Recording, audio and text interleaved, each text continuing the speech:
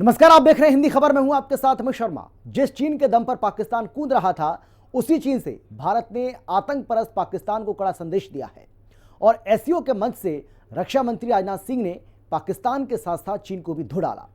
राजनाथ सिंह ने कहा कि कुछ देश आतंकवाद को नीति के तौर पर इस्तेमाल करते हैं। एससीओ को ऐसे देशों की आलोचना करने में तनिक भी संकोच नहीं करना चाहिए। साथ ही भारत के रक्षा मंत्री ने उस ज्वाइंट स्टेटमेंट पर भी सिग्नेचर करने से इनकार कर दिया, जिसके जरिए पाकिस्तान और चालबाजी कर आतंक के खिलाफ भारत की लड़ाई को कमजोर करना चाहता था। देखिए हिंदी खबर की ये स्पेशल रिपोर्ट।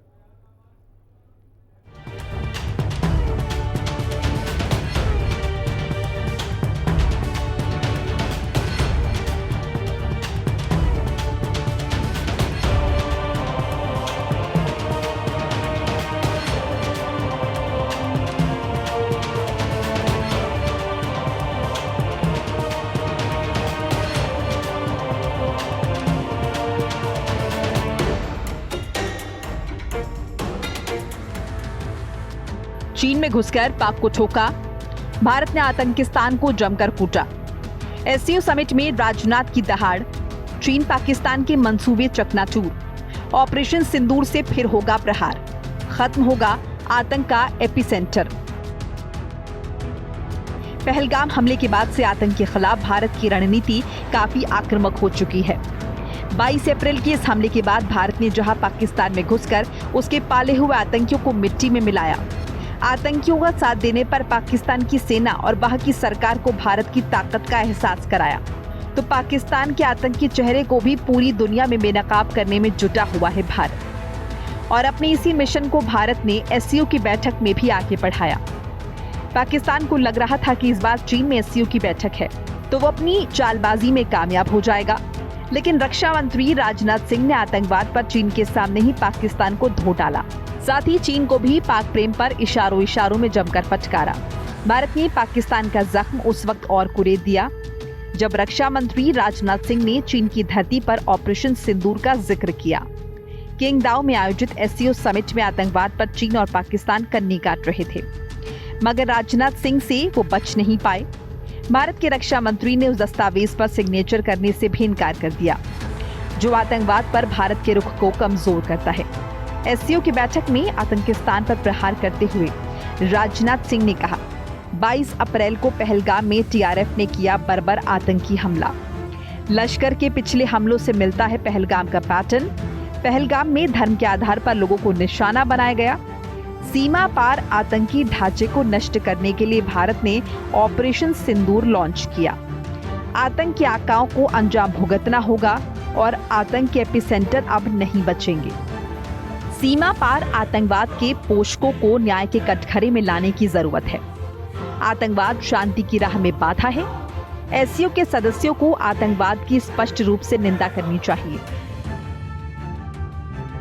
एससीओ की इस बैठक में रक्षा मंत्री राजनाथ सिंह ने 22 अप्रैल को पहलगाम में हुए आतंकी हमले पर भारत का रुख मजबूती से रखा।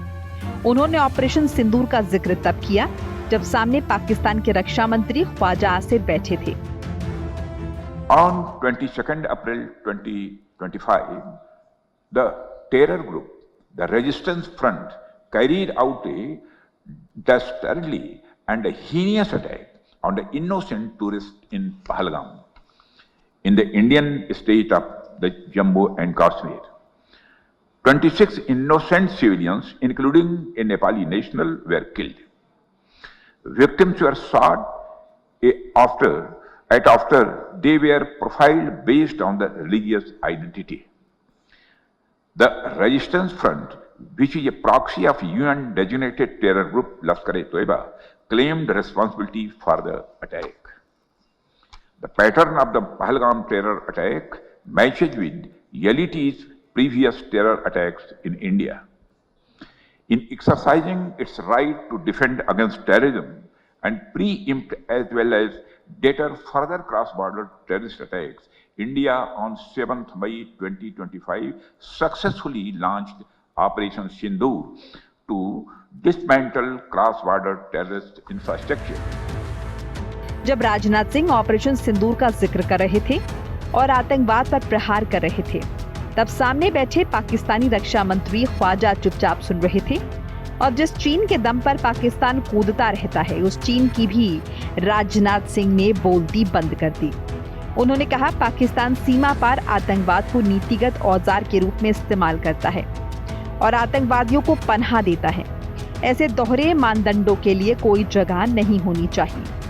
साथ ही रक्षा मंत्री ने एससीओ के मंच से आतंक के खिलाफ भारत की जीरो टॉलरेंस की नीति की भी बात की और चीन पाकिस्तान के साथ पूरी दुनिया को एक बार फिर से बता दिया कि अब आतंक का कोई भी अड्डा सुरक्षित नहीं है। साथ ही उन्होंने एससीओ देशों से कहा कि हमें अपने युवाओं में कट्टरपंथ के प्रसार को रोकने के लिए सक्रिय कदम उठाने चाहिए। राजनाथ सिंह ने एससीओ सदस्यों से कहा कि इस वक्त सबसे बड़ी चुनौती शांति, सुरक्षा और विश्वास की कमी है। इन समस्याओं की असली वजह कट्टरपंथ, उग्रवाद और आतंकवाद में बढ़ोतरी है।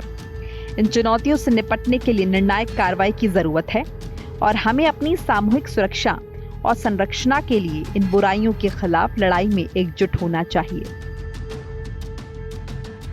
Some countries use cross-border terrorism as an instrument of policy and provide shelter to terrorists. There should be no place for such double standards. SCO should not hesitate to criticize such nations. India's zero tolerance for terrorism is manifest today through its actions. This includes our right to defend ourselves against terrorism. And we have shown that epicenters of terrorism are no longer safe and we will not hesitate to target them. We should also take proactive steps to prevent the spread of the radicalization among our youth. The RADS mechanism of SCO has played a significant role in this regard. The joint statement of the Council of SCO heads of state on countering radicalization leading to terrorism, separatism and extremism issued during India's chairmanship symbolizes our shared commitment. Excellencies, we should seek to counter the technology used by terrorists, including drones for cross-border smuggling of weapons and drugs. पूर्वी लद्दाख में LAC पर सैन्य गतिरोध के बाद भारत चीन के संबंधों में आई खटास के बाद किसी वरिष्ठ मंत्री की पहली चीनी यात्रा है। बैठक के दौरान रक्षा मंत्री राजनाथ सिंह ने आतंकवाद और पहलगाम पर भारत के पक्ष को पूरी मजबूती के साथ रखा। नतीजा ये हुआ कि बैठक के बाद कोई संयुक्त बयान या प्रोटोकॉल जारी नहीं किया जा सका। साथ ही पाकिस्तानी रक्षा मंत्री के साथ राजनाथ सिंह की कोई बातचीत नहीं हुई। दरअसल पीएम मोदी ने सीज फायर के बाद ये साफ कर दिया था कि आतंक और बातचीत साथ साथ नहीं हो सकती और भारत अपने इसी स्टैंड पर एससीओ की बैठक में भी कायम रहा।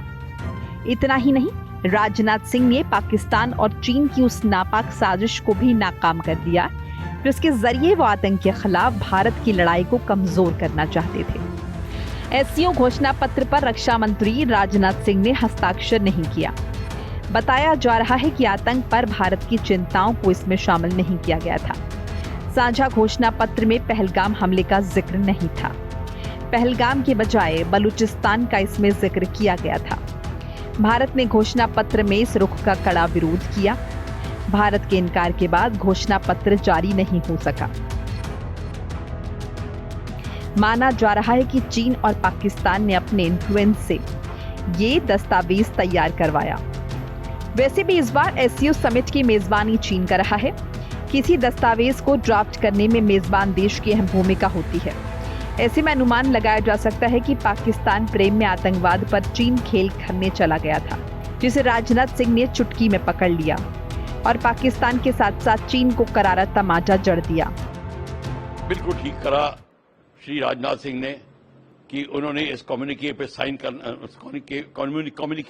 करने को मना कर दिया इस इंस्ट्रूमेंट के ऊपर। ये तो ऐसी बात है कि आप महफिल में गजल सुनने गए हैं पर गजल का प्रोग्राम ही नहीं है, तो ये तो बड़ी अजीब बात है, उसका मतलब ही कोई नहीं है। तो राजनाथ सिंह ने कहा, श्री राजनाथ सिंह ने कहा कि जब तक आप टेररिज्म का जो मेंशन नहीं करेंगे भारत के अंदर जो हो रहा है, उसका मतलब क्या है? भारत टेररिज्म को हटाना चाहता है, बट सिर्फ बात कर रहा था, कम्युनिके सिर्फ बात कर रहा था पाकिस्तान की, बलूचिस्तान और उनके जो टेररिस्ट हैं वो जो और लश्कर तैयबा जिनको वो ट्रेन कर रहे हैं उसका नाम भी नहीं है, और उन्होंने जो पहलगाम में हरकत करी उसका कोई मेंशन नहीं है। इस स्थिति में श्री राजनाथ सिंह ने एब्सोल्युटली करेक्ट फैसला लिया कि हम इस इंस्ट्रूमेंट पे, इस कम्युनिके पे हस्ताक्षर नहीं करेंगे। ये इस बात को स्पष्ट रूप से दर्शाता है कि ये जो ज्वाइंट स्टेटमेंट था इसमें आतंकवाद के विषय पर डबल स्टैंडर्ड्स अपनाए जा रहे थे, जिसको कि लेकर के भारत की आपत्ति थी, और भारत इस ज्वाइंट स्टेटमेंट की भाषा से भी संतुष्ट नहीं था, और इसी वजह से भारत ने इस ज्वाइंट स्टेटमेंट पर हस्ताक्षर करने से इनकार कर दिया है, और जो इस बात को स्पष्ट रूप से दर्शाता है कि आज का जो नया भारत है वो आतंकवाद के संदर्भ में एक जीरो टॉलरेंस का अप्रोच रखता है, किसी तरीके का आतंकवाद के विषय पर समझौता न करने का अप्रोच रखता है, नॉन कॉम्प्रोमाइजिंग अप्रोच रखता है। और ये जो भारत का इस ज्वाइंट स्टेटमेंट पर हस्ताक्षर न करने का जो निर्णय है, उससे भारत ने एससीओ को भी और पूरे अंतर्राष्ट्रीय समुदाय को इस बात का स्पष्ट मैसेज दे दिया है कि आतंकवाद के विषय पर दोहरे मापदंड से सफलता नहीं मिल सकती। आतंकवाद को यदि पराजित करना है, उसके ऊपर विजय हासिल करनी है, तो आतंकवाद के ऊपर सख्त कार्रवाई करनी होगी। और यही बात भारत के राष्ट्रीय सुरक्षा सलाहकार श्री अजीत डोवाल ने एससीओ के जो सिक्योरिटी ऑफिशियल्स की बीजिंग में जो बैठक हुई थी हाल में, उसमें भी यही बात उन्होंने कही थी। एससीओ एक क्षेत्रीय अंतर्राष्ट्रीय संगठन है जिसकी स्थापना साल 2001 में चीन, रूस, कजाकिस्तान, किर्गिस्तान, तजाकिस्तान और उज्बेकिस्तान ने मिलकर की थी। बाद में भारत और पाकिस्तान 2017 में इसके सदस्य बने और 2023 में ईरान भी इसका सदस्य बन गया। एससीओ का उद्देश्य सदस्य देशों के बीच सुरक्षा, आर्थिक और राजनीतिक सहयोग को बढ़ाना है। संगठन आतंकवाद, उग्रवाद, ड्रग तस्करी और साइबर अपराध जैसे मुद्दों पर साझा रणनीति बनाता है। एससीओ के 10 देशों में रहती है दुनिया की 40% आबादी। 2024 में विदेश मंत्री एस जयशंकर ने पाकिस्तान में एससीओ की बैठक को संबोधित किया था। तब उन्होंने कहा था कि आतंकवाद और व्यापार एक साथ नहीं चल सकते। उस बैठक में जयशंकर ने पाकिस्तान, चीन का नाम लिए बगैर कहा कि सभी देशों को एक दूसरे की सीमाओं का सम्मान करने की जरूरत है। लेकिन उसके बाद भी पाकिस्तान अपनी आतंकी साजिशों से बाज नहीं आया और 22 अप्रैल को पहलगाम में 26 निर्दोष पर्यटकों की जान ले ली, जिसका जवाब भारत ने ऑपरेशन सिंदूर के जरिए दिया। 6-7 मई की रात को भारत ने ऑपरेशन सिंदूर लॉन्च किया था। इसके जरिए भारत ने पाकिस्तान और पीओके में 9 आतंकी ठिकानों को निशाना बनाया और 100 से ज्यादा आतंकियों को मिट्टी में मिला दिया। साथ ही पाकिस्तान ने जब हिमाकत की तो उसके 11 से ज्यादा एयरबेस को तबाह बर्बाद किया। इसके बाद पाकिस्तान के गिड़गिड़ाने पर 10 जून को भारत ने सीजफायर के लिए हाँ तो कर दी, लेकिन आतंक के खिलाफ भारत ने अपनी लड़ाई खत्म नहीं की। प्रधानमंत्री नरेंद्र मोदी हर मंच से पाकिस्तान और उसके पाले हुए आतंकियों को चेतावनी दे रहे हैं कि भारत का ऑपरेशन सिंदूर अभी खत्म नहीं हुआ और अगर पाकिस्तान ने अब कोई हिमाकत की तो भारत इस बार ऐसा जवाब देगा कि आतंकिस्तान का वजूद मिट जाएगा। वहीं रक्षा मंत्री राजनाथ सिंह भी जब नेवी के जवानों की हौसला अफजाई करने पहुंचे गोवा तो INS विक्रांत से उन्होंने कहा था कि अगली बार भारत के ऑपरेशन की शुरुआत इंडियन नेवी करेगी। दुश्मन समझ लें, ये तो हमारे तर्कस का केवल एक ही तीर है। आतंकवाद के खिलाफ भारत की लड़ाई न रुकी है न थमी है। आतंक का फन अगर फिर उठेगा तो भारत उसे बिल से खींचकर कुचलने का काम करेगा।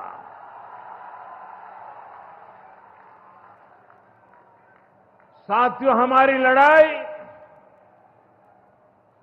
देश के हर दुश्मन से है, फिर वो चाहे सीमा पार हो या देश के भीतर हो। ऑपरेशन सिंदूर के दौरान भारतीय नौसेना ने अपनी साइलेंट सर्विस से हर भारतवासी को प्रभावित किया है। खामोश रहकर भी भारतीय सेना ने पाकिस्तानी सेना को बांध कर रखने में कामयाबी हासिल की है।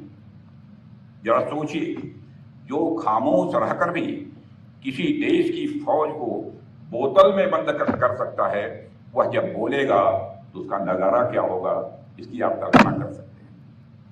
इस बार तो पाकिस्तान को भारतीय नौसेना की फायर पावर का सामना नहीं करना पड़ा, मगर दुनिया जानती है अगर पाकिस्तान ने इस बार कोई नापाक हरकत की तो हो सकता है कि इस बार की ओपनिंग और किसी के द्वारा न हो, हमारी नेवी के द्वारा हो। यूएनएससी यानी संयुक्त राष्ट्र सुरक्षा परिषद में भी भारत ने पाकिस्तान की बखियां उधेड़ी हैं। भारत ने एक बार फिर इंटरनेशनल मंच पर पाकिस्तान की झूठी बयानबाजी और आतंकी समर्थन को बेनकाब करते हुए कड़ा जवाब दिया। 22 अप्रैल को पहलगाम में हुए आतंकी हमले, सीमा पार आतंकवाद और अफगान बच्चों की हत्या जैसे गंभीर मुद्दों का हवाला देते हुए भारत ने पाकिस्तान को आतंकवाद का पनाहगाह करार दिया। भारत ने कहा कि पाकिस्तान को शर्म भी नहीं आती, उसे तो अब दूसरों को उपदेश देने का कोई नैतिक अधिकार नहीं है। यूएनएससी में भारत के स्थायी प्रतिनिधि राजदूत पर्वत नेनी हरीश ने आतंकवाद पर पाकिस्तान को खरी खोटी सुनाते हुए कहा कि पाकिस्तान यूएनएससी की प्रक्रियाओं को बार बार बाधित कर अपने नापाक एजेंडे को आगे बढ़ा रहा है। हम उसके उन प्रयासों को खारिज करते हैं जिनके जरिए वो अपने देश में बच्चों पर हो रहे अत्याचारों से ध्यान हटाना चाहता है। भारत ने जोर देते हुए कहा कि यूएन महासचिव की रिपोर्ट में स्पष्ट रूप से बताया गया है कि पाकिस्तान के कब्जे वाले इलाकों में स्कूल्स, खासकर लड़कियों के स्कूलों और स्वास्थ्य कर्मियों पर हमले किए गए। रिपोर्ट में ये भी कहा गया कि अफगान सीमा से लगे इलाकों में पाकिस्तानी सेना की ओर से गोलीबारी की गई। इस गोलीबारी में कई अफगान बच्चों की मौत और विकलांगता हुई। अंत में भारत ने दो टूक कहा कि जम्मू कश्मीर भारत का भिन्न और अविभाज्य हिस्सा है और रहेगा, चाहे पाकिस्तान कितना भी झूठ और दुष्प्रचार करता रहे।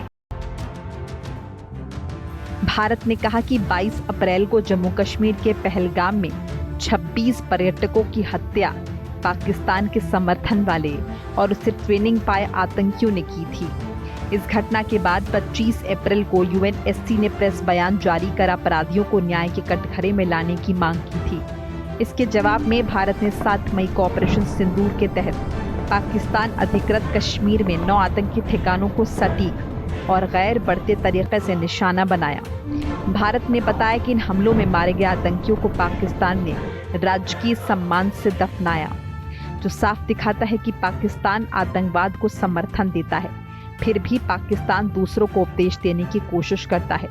भारत के प्रतिनिधि का ये बयान भारत की कूटनीतिक आक्रामकता और स्पष्ट रणनीति को दर्शाता है, जिसमें आतंक के खिलाफ जीरो टॉलरेंस की नीति एक बार फिर से दोहराई गई। भारत के इस चौतरफा हार से पाकिस्तान की हालत खराब है। जाहिर है कि पाकिस्तान का नाम लिए बगैर पाकिस्तान के ऊपर ही इशारा किया कि एक ऐसा राष्ट्र है जो कि आतंकवाद को अपने इंस्ट्रूमेंट ऑफ स्टेट पॉलिसी के तौर पर और आतंकियों को स्ट्रेटेजिक एसेट के रूप में इस्तेमाल करता है। और ये जो भारत के रक्षा मंत्री श्री राजनाथ सिंह का जो बयान है, वो इस बात को स्पष्ट रूप से दर्शाता है कि भारत आतंकवाद के संदर्भ में आज की क्या आवश्यकता है, किस तरीके से आतंकवाद की चुनौती का मुकाबला किया जाना चाहिए, भारत ने ऑपरेशन सिंदूर में किस तरीके की रणनीति अपनाई, कैसा अप्रोच दिखाया, वो सारे विषयों को उन्होंने बहुत ही विस्तार के साथ अपने एड्रेस में रखा है। और ये भारत के आतंकवाद के संदर्भ में जो जीरो टॉलरेंस का और एक नॉन कॉम्प्रोमाइजिंग जो भारत का अप्रोच है, इस नए भारत का जो अप्रोच है, उसको उन्होंने स्पष्ट रूप से रखा है, जो कि मेरे असेसमेंट के मुताबिक एक बहुत ही अच्छा स्टेटमेंट है जो कि भारत की तरफ से दिया गया है। ऑपरेशन सिंदूर में दुश्मन को धूल चटा चुकी भारतीय सेना का जोश चरम पर है।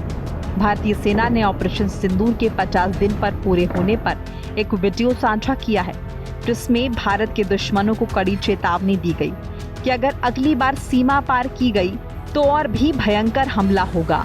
सेना ने कहा कि अगर दुश्मनों ने भारत में आतंकवाद फैलाने की हिमाकत की तो वो फिर से हमला करेंगे। पश्चिमी कमान द्वारा यूट्यूब पर शेयर किए गए तैयारी अभी जारी है शीर्षक वाले 7 मिनट के इस वीडियो की शुरुआत 22 अप्रैल को पहलगाम में हुए आतंकी हमले के दर्दनाक दृश्यों से हुई, जिसमें 26 नागरिक मारे गए थे। उसके बाद इस वीडियो में भारतीय सेना की शौर्य गाथा है। इस वीडियो में भारतीय सेना ने कहा कि वो कान खोलकर सुन ले, दुश्मन कितना भी आतंकी चाल चल ले, ये भारतीय सेना है जिसके हौसले कभी नहीं हारेंगे। हम फिर से घर में घुसकर मारेंगे। अब की बात पहले से ज्यादा भारी है। अगर हमला किया तो पहले से ज्यादा अंदर तक घुसकर मारेंगे। सेना ने कर दिया है कि उसकी तैयारी पहले से ज्यादा है और अब ड्रोन और ब्रह्मास्त्र जैसे आधुनिक तकनीकों का इस्तेमाल किया जाएगा, जिससे दुश्मन को उसके घर में घुसकर मारा जाएगा। वीडियो में प्रधानमंत्री नरेंद्र मोदी का वो स्टेटमेंट भी शामिल है जिसमें उन्होंने कहा था कि आतंकवादियों ने यह हमला किया है, उन्हें अब ऐसी सजा दी जाएगी जिसकी उन्होंने कल्पना भी नहीं की होगी। जिन्होंने ये हमला किया है उन आतंकियों को उनकी कल्पना से भी बड़ी सजा मिलेगी। पहले भारतीय सेना की चेतावनी और फिर चीन में एससीओ समिट के मंच से रक्षा मंत्री राजनाथ सिंह की हुंकार साफ संदेश देती है कि भारत अपनी राष्ट्रीय सुरक्षा से समझौता नहीं करेगा और किसी भी प्रकार के आतंकवादी सैन्य हमलों का कड़ा जवाब देगा। ऑपरेशन सिंदूर ने सिद्ध कर दिया है कि भारत अपनी सीमाओं की रक्षा करने के लिए पूरी तरह से तैयार है और अब एक एक आतंकी भारतीय सेना के निशाने पर है। हिंदी खबर की स्पेशल रिपोर्ट। और उत्तर प्रदेश के कैबिनेट मंत्री जयवीर सिंह ने क्या कुछ कहा है, क्या कुछ वो बोल रहे हैं, जरा सुनिए आप।